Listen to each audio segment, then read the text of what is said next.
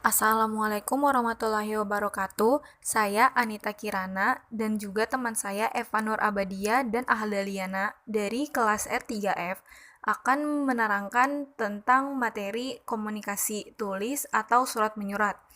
Pertama, saya Anita Kirana akan menjelaskan mengenai jenis-jenis surat.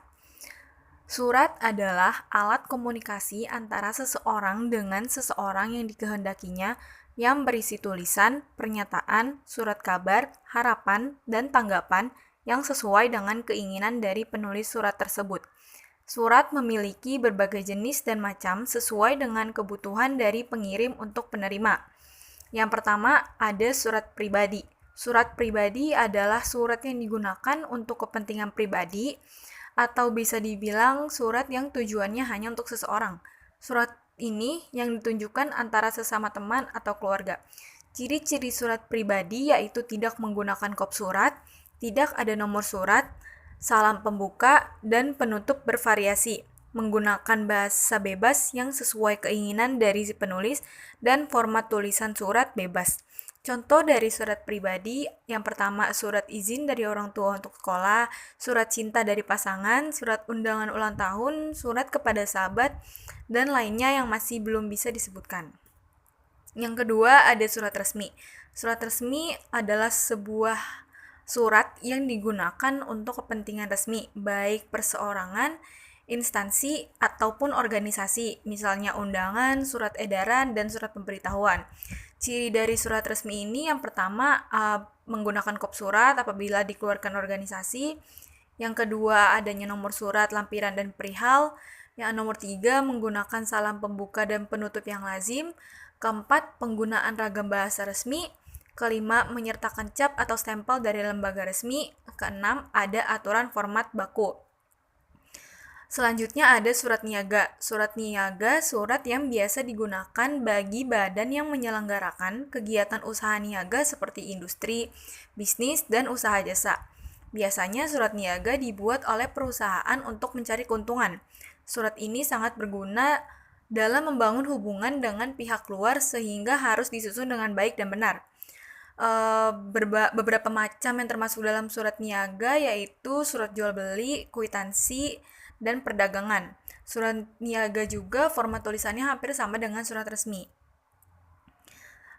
Kemudian ada surat dinas. Surat dinas digunakan untuk kepentingan pekerjaan formal seperti instansi dinas dan tugas kantor. Surat ini penting dalam pengelolaan administrasi dalam suatu instansi. Fungsi surat dinas yaitu sebagai dokumen bukti tertulis, alat pengingat berkaitan fungsinya dengan arsip, bukti sejarah atau perkembangan instansi, dan pedoman kerja dalam bentuk surat keputusan dan surat instruksi. Ciri-ciri surat dinas yang pertama, menggunakan kop surat dan instansi atau lembaga yang bersangkutan.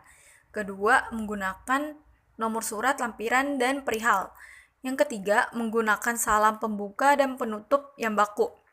Nomor 4, menggunakan bahasa baku dan ragam resmi. Kelima, menggunakan cap atau stempel instansi atau kantor pembuat surat. Yang keenam, ada format surat tertentu. Demikian penjelasan jenis-jenis surat dari saya. Selanjutnya akan dijelaskan oleh Eva Nur Abadiah. Assalamualaikum warahmatullahi wabarakatuh. Nama saya Eva Nur Abadia dari kelas R3F. Di sini saya akan menjelaskan materi tentang bagian-bagian surat. Bagian-bagian surat yang pertama itu adalah kepala surat. Kepala surat ini memudahkan penerima surat mengetahui secara cepat nama dan alamat kantor instansi, organisasi, dan juga perusahaan yang mengirim surat. Unsur-unsur yang terdapat di dalam kepala surat ialah logo atau lambang instansi, organisasi, atau perusahaan, nama kantor instansi organisasi perusahaan, alamat kantor, nomor kantor pos atau PO Box dan kode pos, nomor telepon dan juga faksimal. Yang kedua itu ada nomor surat. Nomor surat, kata nomor diikuti tanda titik 2 garis miring yang digunakan dalam nomor dan kode surat tidak didahului dan diikuti tanda spasi. Setelah angka tahun tidak diikuti oleh tanda baca apapun. Seperti contoh, seperti ini. Nomor titik 2 kode nomor urut surat keluar garis miring, kode instansi atau unit kerja, garis miring, kode perihal, garis miring, kode tahun. Yang ketiga itu ada tanggal surat. Tanggal, bulan, dan tahun harus ditulis secara lengkap tanpa menyingkatnya. Misalnya 10 Mei 2011, bukan 10 strip bulan 5 strip tahun 2011. Tanggal surat dinas tidak perlu didahului dengan nama kota pengirim karena sudah tercantum dalam kop surat. Akan tetapi, bila surat resmi ditulis tanpa kop surat, alamat pengirim ditulis dengan lengkap sebelum tanggal surat. Pada akhir tanggal, bulan, dan tahun surat tidak diikuti tanda baca apapun. Yang keempat itu ada lampiran. Sebaiknya lampiran dicantumkan pada notasi lampiran dan juga isi surat. Misalnya, lampiran 3 lembar, lampiran 1 berkas. Jika tidak ada yang dilampirkan, tulisan lampiran tidak perlu dicantumkan. Kalaupun tetap dicantumkan, beri tanda hubung, strip. Kata lampiran diikuti oleh titik 2, huruf awal penyebutan isi lampiran ditulis dengan huruf besar, kemudian huruf lainnya dengan huruf kecil. Nomor 5 itu ada perihal atau hal. Pokok atau inti surat ditulis secara singkat dan juga jelas. Kata hal atau perihal diikuti tanda baca titik 2. Isi hal tidak diikuti tanda baca apapun. Huruf awal kata pertama isi hal ditulis dengan huruf kapital dan yang lainnya ditulis dengan huruf kecil. Contoh penulisan hal surat yang salah seperti contoh ini, hal titik 2 permintaan bantuan tenaga pengajar untuk menulis soal ujian program studi pendidikan bahasa Indonesia. Contoh penulisan hal benar seperti ini, hal titik 2 permintaan bantuan penulis soal. Yang keenam itu ada alamat tujuan. Alamat surat tidak perlu diawali dengan kepada, cukup ditulis YTH atau yang terhormat. Kalau surat itu ditujukan kepada organisasi atau perusahaan, maka penulisan YTH atau yang terhormat tidak diperlukan. Seperti contoh, seperti ini. Dan jika penulis surat tidak tahu secara persis nama yang dituju, maka gunakan alamat yang umum seperti pimpinannya. Contohnya seperti ini. Penggunaan singkatan UP atau untuk perhatian bukan U strip P pada alamat surat dimaksudkan apabila persoalan yang dikemukakan dalam surat dapat langsung diselesaikan oleh pejabat yang tercantum setelah untuk perhatian atau UP. Contohnya seperti ini. Yang terhormat YTH Rektor UT U.P. Kepala Pusat Pengujian Jalan Cabai Raya Ciputat, Tangerang, dan kode posnya. Alamat surat tidak diikuti tanda baca apapun, contohnya YTH Rektor Universitas Terbuka. Yang ketujuh itu ada salam pembuka. Salam pembuka merupakan sapaan hormat penulis surat sebelum mengemukakan persoalannya. Ungkapan yang biasanya dipergunakan untuk salam pembuka diantaranya adalah dengan hormat, salam sejahtera, assalamualaikum. Contoh penulisan salam pembuka yang diintegrasikan ke dalam alinea isi surat yaitu dengan hormat, kami mengharapkan kehadiran Bapak atau Ibu pada acara titik. Atau salam sejahtera, sehubungan dengan dilaksanakannya sosialisasi titik. Nomor 8 itu ada isi atau pembuka. Untuk surat tanggapan atau jawaban, kalimat pengantar yang lazim digunakan diantaranya sebagai berikut. Menindaklanjuti pembicaraan kita pada tanggal titik atau juga bisa sehubungan dengan surat saudara nomor tanggal titik. Nomor 9 itu ada isi atau inti. Bagian isi merupakan pokok persoalan yang memuat pesan yang dikemukakan atau diinginkan penulis dari penerima surat, seperti mengarang agar surat tersusun dengan baik. Penulis hendaknya mempersiapkannya dengan baik pula. Perencanaan surat menyangkut menentukan sasaran surat, menetapkan materi surat, menentukan maksud surat. Hal lain yang perlu diperhatikan adalah ragam dan banyaknya persoalan penggunaan ungkapan, alenia, dan juga sebagainya. Yang ke-10 itu ada penutup. Bagian ini digunakan untuk menyimpulkan atau memperlegas isi surat, himbauan, harapan, atau keinginan, serta penyampaian terima kasih. Berikut contoh penutup surat yang baik. Seperti ini, atas perhatian Bapak, kami sampaikan terima kasih. Atau bisa juga, semoga informasi yang kami berikan bermanfaat bagi saudara. Gunanya untuk menunjukkan keakraban atau rasa hormat penulisnya.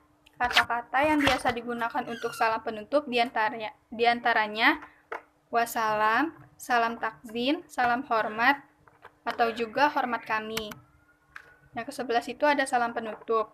Unsur-unsur surat dinas tidak menggunakan salam penutup. Diurutkan menjadi nama jabatan, tanda tangan, cap, nama terang, dan NIP. Contohnya seperti ini. Seperti yang dicontoh, rektor.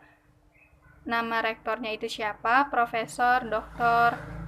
Adwi Suparman, dan NIP-nya.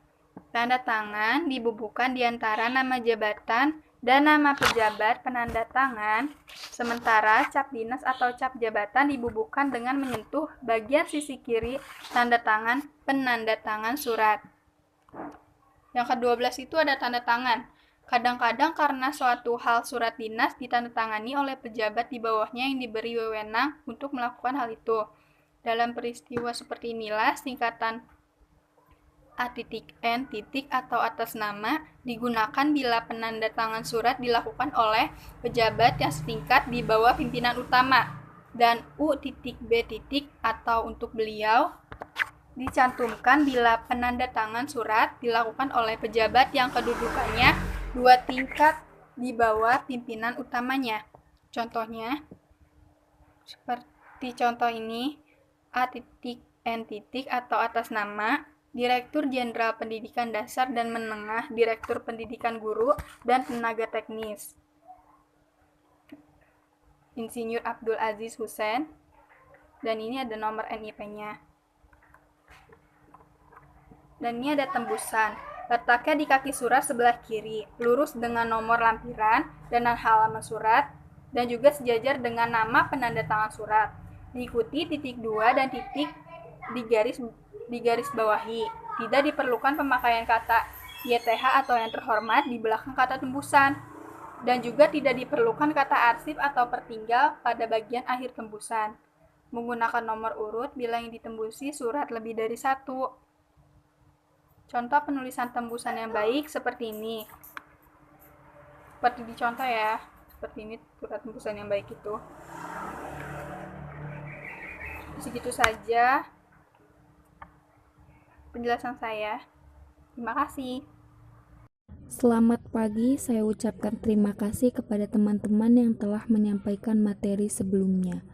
Saya ucapkan terima kasih pula kepada Ibu Astuti Samosir selaku dosen pengampu mata kuliah menulis, dan saya ucapkan terima kasih kepada teman-teman yang telah menyimak video ini. Saya Ahdaliana akan menyampaikan materi mengenai fungsi-fungsi dari setiap bagian surat. Yang pertama adalah kop surat atau kepala surat. Kop surat atau kepala surat memiliki beberapa bagian. Yang pertama, nama badan, organisasi atau perusahaan. Yang kedua, alamat lengkap. Yang ketiga, logo perusahaan. Yang keempat, nomor telepon. Yang kelima, nama kantor cabang jika ada. Dan yang keenam, jenis usaha. Fungsi kop surat atau kepala surat yang pertama adalah sebagai identitas, yang kedua pemberi informasi, dan yang ketiga alamat promosi. Selanjutnya adalah leher surat. Leher surat juga memiliki beberapa bagian. Yang pertama ada tanggal surat. Fungsi tanggal surat adalah yang pertama mempermudah penetapan waktu membalas surat. Yang kedua, mempermudah pengingat bagi penerima surat, dan yang ketiga sebagai referensi bagi tugas administrasi. Yang kedua adalah nomor surat. Fungsi nomor surat adalah yang pertama, referensi atau petunjuk bagi petugas kearsipan. Yang kedua, petunjuk unit atau departemen asal surat. Yang ketiga, mengetahui jumlah surat keluar pada periode tertentu.